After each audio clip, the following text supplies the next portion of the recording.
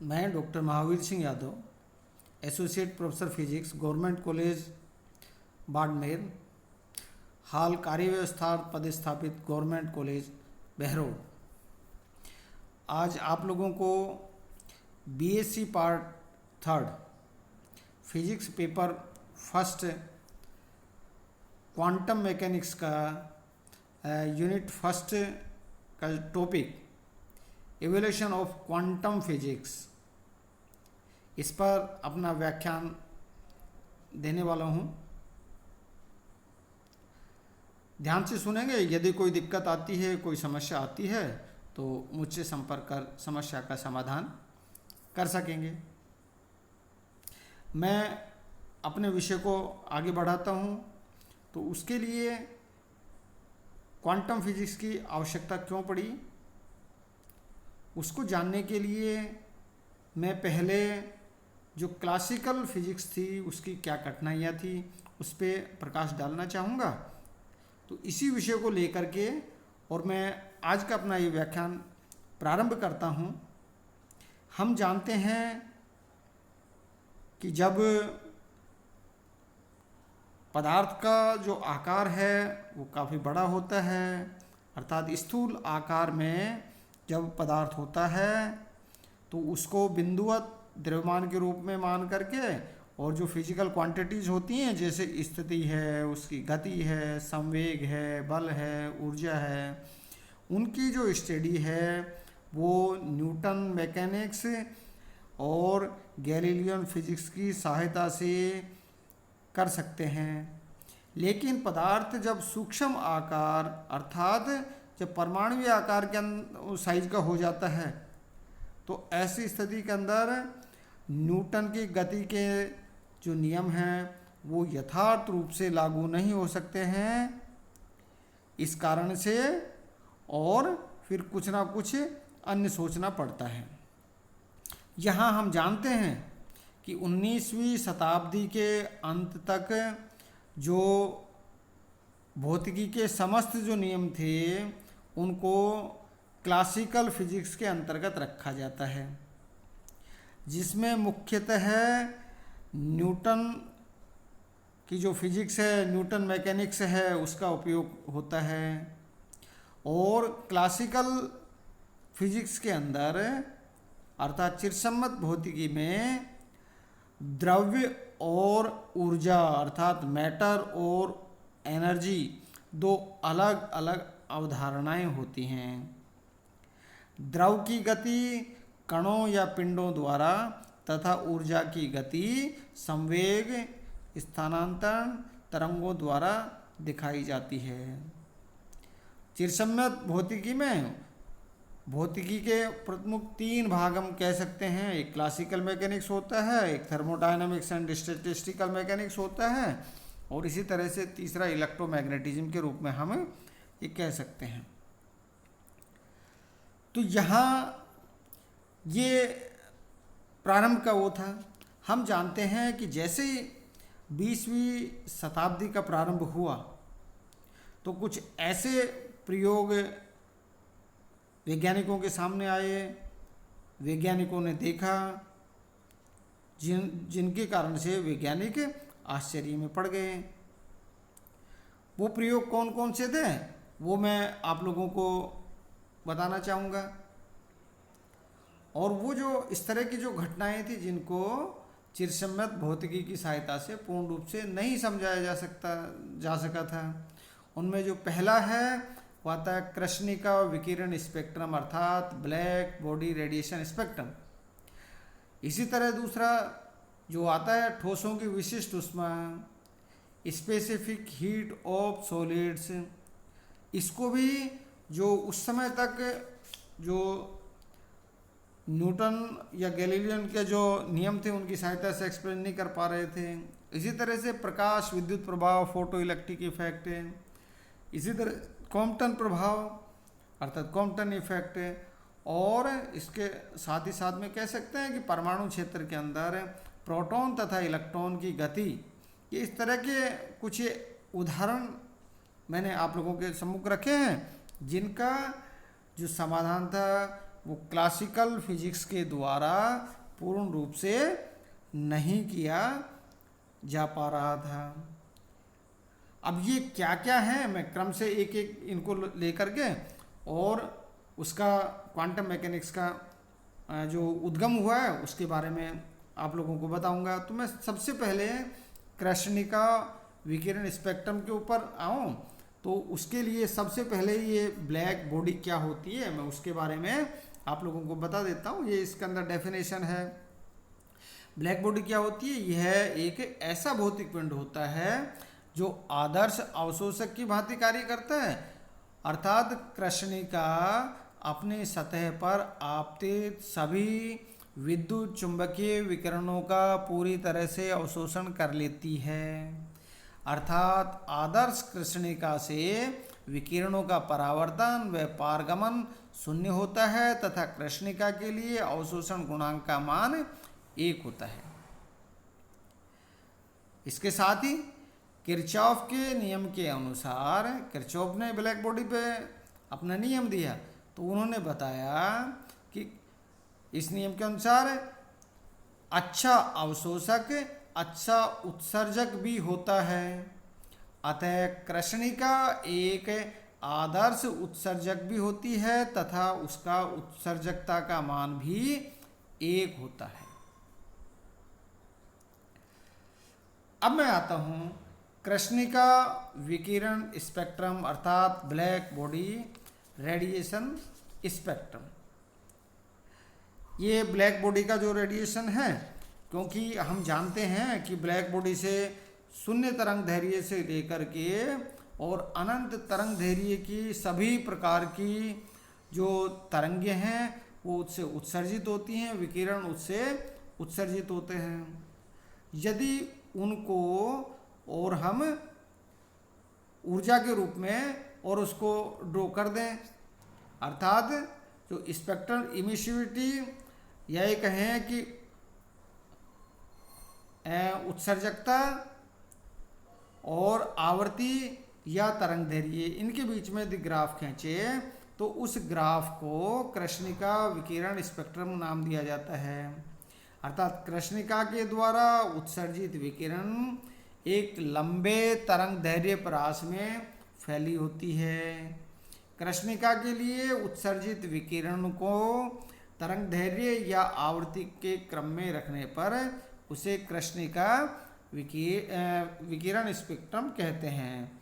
उसको यहाँ इस फिगर के अंदर इसके अंदर प्रस्तुत किया गया है। एक्स एक्सिस के ऊपर वेवलेंथ है और जो वाई एक्सिस पे इस पे स्पेक्ट्रल इमिसिविटी है, अर्थात स्पेक्ट्रमी उत्सर्जकता के रूप में इसको लिखा गया है। अब इस स्पेक्ट्रम की क्या क्या विशेषताएं हैं, उन विशेषताओं को हम आगे इसके अंदर देख सकते हैं।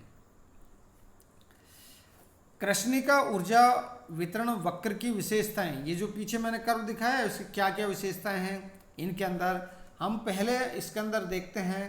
तो यहाँ कृष्णिका ऊर्जा वितरण वक्र केवल कृष्णिका के ताप T पर निर्भर करते हैं तथा यह कृष्णिका की ज्यामिति व उसके संगठन पर निर्भर नहीं करते। अर्थात दो भिन्न भिन्न कृष्णिकाएं यदि समान ताप पर हैं तो उनका ऊर्जा वितरण वक्र भी समान होगा। पुनः एक बार पीछे इस फिगर को अपन देख सकते हैं। इसके अंदर यहाँ जो उनका जो डिस्ट्रीब्यूशन है, ये डिस्ट्रीब्यूशन ये क्या किस बात पे डिपेंड करता है? वो टेम्परेचर के ऊपर डिपेंड करता है, केवल इसके टेम्परेचर पे डिपेंड करता है। दूसरा है कि ऊर्जा वितरण वक्र सतत होता है, कंटिन्यूअस होता है। कृष्णिका के किसी एक ताप T पर भिन्न भिन्न तरंग दैर्घ्यों के विकिरण उत्सर्जित होते हैं, लेकिन इनकी तीव्रता अलग अलग है। तरंग दैर्घ्य के लिए अलग अलग तरंग दैर्घ्यों के लिए अलग अलग होती है।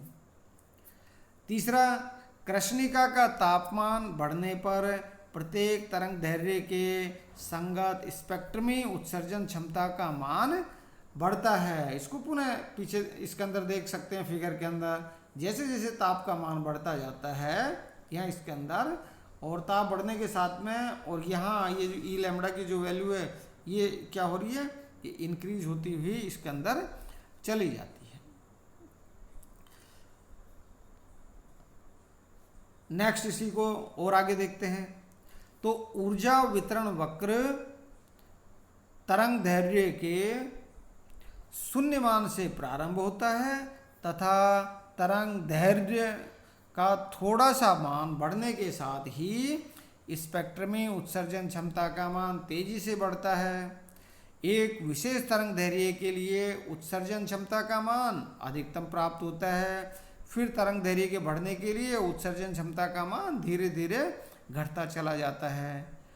तरंग दैर्घ्य के काफ़ी उच्च मानों के लिए उत्सर्जन क्षमता शून्य की तरफ बढ़ती है।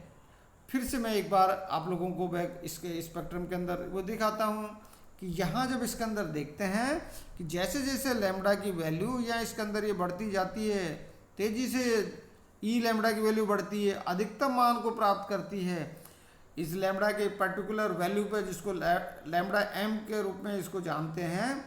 तो इस वैल्यू के लिए ई लैम्बडा का मान अधिकतम होता है और फिर उसके पश्चात घट जाता है, और फिर शून्य की तरफ ये इमिसिविटी है ये क्या करती है, अप्रोच इसके अंदर करती है। तो इस प्रकार से यहाँ ये इसके कुछ प्रॉपर्टीज है इसकी। इसी तरह किसी कृष्णिका से प्रति सेकंड प्रति एकांक क्षेत्रफल तथा प्रति एकांक आवृत्ति से उत्सर्जित ऊर्जा की कुल मात्रा स्पेक्ट्रमी उत्सर्जन क्षमता ई लैम्बडा ई न्यू टी कहलाती है। उत्सर्जन क्षमता कहलाती है, स्पेक्ट्रम उत्सर्जन क्षमता कहलाती है। इसे तरंग दैर्घ्य के लिए ई लैम्बडा टी से दर्शाया जाता है। पहले आवर्ती के रूप में कर दिया था, यहाँ इसको ई लैम्बडा टी से दर्शा देते हैं, जिसे कृष्णिका से प्रति सेकंड प्रति एकांक क्षेत्रफल तथा प्रति एकांक तरंग दैर्घ्य से उत्सर्जित ऊर्जा की मात्रा के रूप में व्यक्त करते हैं। स्पेक्ट्रमी उत्सर्जन क्षमता ई न्यू टी तथा स्पेक्ट्रमी ऊर्जा घनत्व में निम्न संबंध होता है। तो यहाँ इस संबंध को इस तरह से लिखा जाता है, E nu T equal to C upon 4 U nu T, जहाँ सी प्रकाश का वेग है। इसी से नियम, ये जो ब्लैक बॉडी रेडिएशन कर्व है, इसी से वीन का विस्थापन नियम निकलता है। वीन का विस्थापन नियम क्या है, यहाँ कृष्णिका का तापमान बढ़ने पर ऊर्जा वितरण वक्रों के अधिकतम मान ई लैम्बडा एम के संगत तरंग दैर्घ्य लैम्बडा एन का मान ताप वृद्धि के साथ लघु तरंग दैर्घ्य की ओर विस्थापित होता है। अर्थात lambda M directly proportional to 1 upon T, या lambda M into T equal to constant that is equal to B.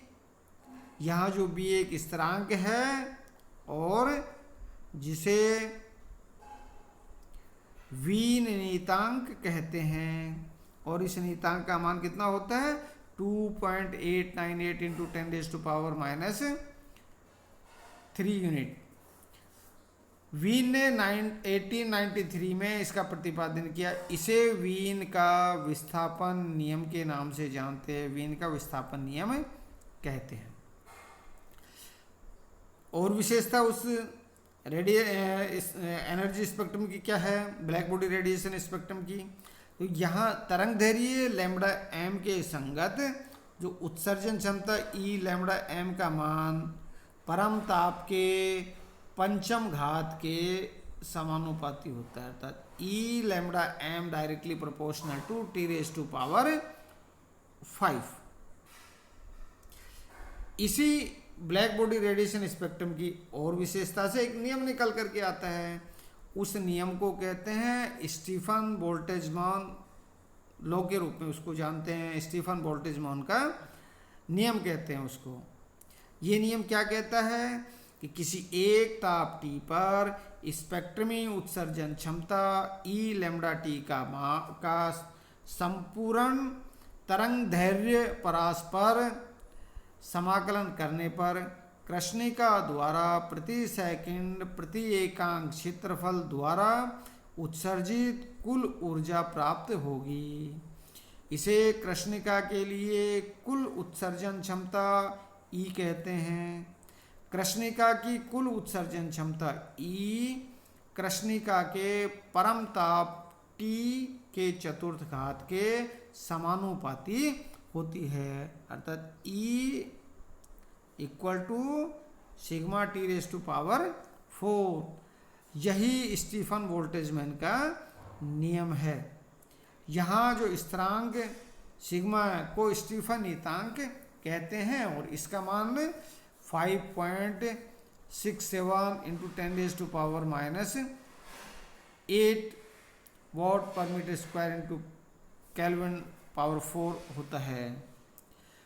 कुल उत्सर्जन क्षमता E का मान कृष्णिका ऊर्जा वितरण वक्र द्वारा तरंग दैर्घ्य अक्ष पर घेरे गए क्षेत्रफल के बराबर होता है। तो इस तरह से ये कुछ ब्लैक बॉडी रेडिएशन स्पेक्ट्रम की विशेषताएं हैं। आज इतना ही, बहुत बहुत धन्यवाद। नेक्स्ट लेक्चर के अंदर वीन्स रेडिएशन लॉ और रिले जीन्स रेडिएशन लॉ के बारे में मैं आप लोगों को बताने वाला हूँ।